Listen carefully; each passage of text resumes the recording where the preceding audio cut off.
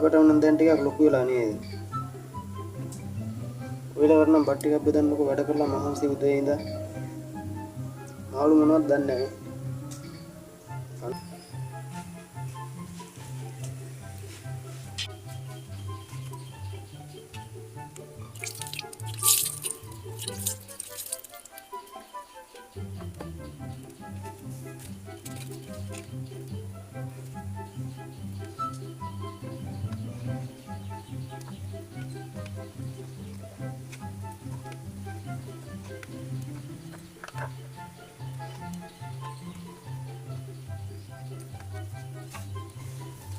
මාළුව නම් හොඳයි මේ කොහෙන්ද මේ මස්?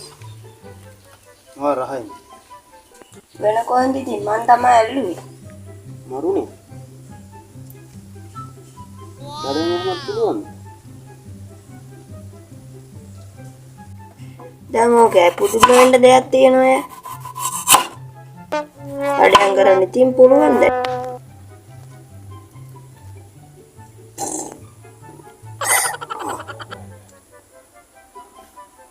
හැබැයි මොනවද මේ මස්?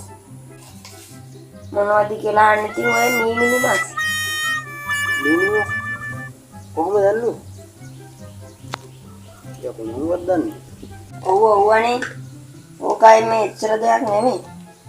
මේක අතරට පොල් කෑල්ලක් දැම්මා.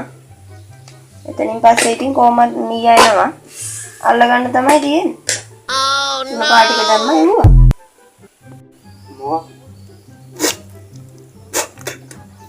මේ මස්ද?